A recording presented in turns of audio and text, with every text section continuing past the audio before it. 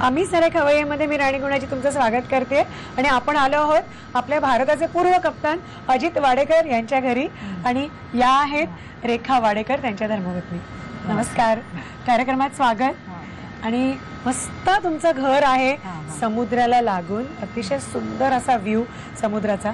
आणि या समुद्र किनारी चहाचे गुटके तुम्ही अजित काकांबरोबर बसून घेतच असणार, पण मग तिथे त्यांना या रम्य वातावरणामध्ये या सुग्रास पत्नीकडनं काय काय मिळतं, खायला काय आवडतं? बरेच पदार्थ मी करते आवडीने, पण त्यांना विशेष नॉनव्हेजच आवडतं. अच्छा. आणखीन तिखटामध्ये जे पदार्थ आहेत त्यातले त्या शेवग्याच्या शेंगेचा पदार्थ हा वगैरे असे काही काही ठराविक पदार्थ त्यांना फार आवडतात.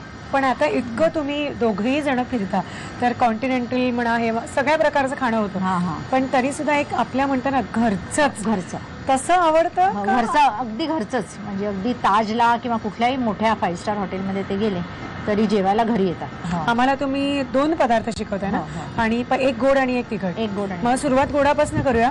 त्या पहिल्या गोड पदार्थाचं नाव काय? रसिले शंकरपाळे. रसिले शंकरपाळे. रसिले शंकरपाळे बनवण्यासाठी लागणारं साहित्य: मैदा, लिंबाची साल, संत्र्याची साल, लिंबाचा रस, मीठ, बदाम पिस्ताचे काप, दालचिनी पावडर, जायफळ पावडर, ऑलिव्ह ऑइल, तूप, पिठी साखर आणि ब्राऊन व्हिनेगर. कृती: प्रथम एका बाउल मध्ये पाणी, व्हिनेगरचं पाणी, मीठ, मैदा आणि ऑलिव्ह ऑइल घेऊन पीठ घट्टसर मळून घ्यावं. मळलेल्या पिठाच्या 4 पोळ्या लाटून त्या ओल्या फडक्यामध्ये बांधून ठेवाव्यात. लेअरिंग साठी पोळीला तूप लावावं आणि त्यावर बदाम पिस्त्याचे काप, पिठी साखर आणि दालचिनी पावडर लावून घ्यावी. या पोळीवर दुसरी पोळी थापावी आणि या पोळीलाही तूप लावून 4 पोळ्यांचे थर तयार करावेत. ही पोळी प्रीहीट ओव्हन मध्ये 190 डिग्री सेल्सिअसला 30 ते 35 मिनिटांसाठी बेक करून घ्यावी. सिरप साठी गरम कढईमध्ये पाणी, 1 संत्र्याचा रस, 2 लिंबाचा रस, 1 संत्र्याची किसलेली साल आणि 2 लिंबांची किसलेली साल घालावी. मिश्रणामध्ये पिठी साखर आणि दालचिनी पावडर घालून घट्टसर पाक तयार करावा.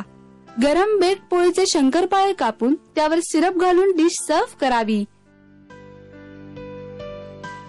पण हे इतकं टेम्पटिंग आहे की, आणि फ्रेश असताना आणि गरम गरम खाण्यात मजा काय लागेल ते. तर हे मी खाणार आहे बिस्किट सारखं. आणि त्याच्यानंतर काय शिकवताय? गाडो गाडो म्हणून एक पदार्थ आहे. गाडो गाडो, गाढव गाढव नाही, गाडो गाडो. मस्त पदार्थ आहे. काय ना, म्हणजे तिखट आहे पदार्थ. तिखट.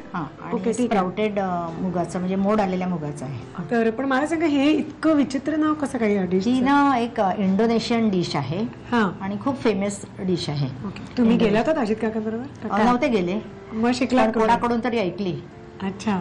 गाडो गाडो बनवण्यासाठी लागणारं साहित्य: किसलेला कच्चा कोबी, मोड आलेले मूग, दाण्याचं कूट, नारळाचं जाडसर दूध, उकडलेल्या बटाट्याचे काप, टोमॅटोचे काप, मिरी पावडर, आलं मिरची पेस्ट, व्हिनेगर, तेल, चिरलेली बारीक हिरवी मिरची, बारीक चिरलेली भोपळी मिरची, साखर आणि मीठ.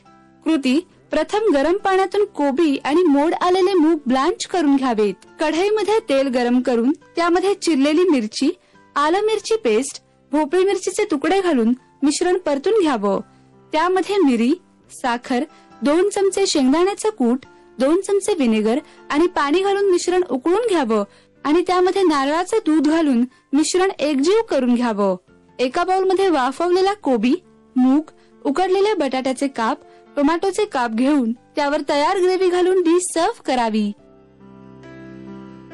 रेखा मावशी ना, खरं तर अजित काकांनी भरपूर गिफ्ट आणलेली असणार, इतकं ते फिरतात क्रिकेटच्या निमित्तानं कित्येक देशांमध्ये.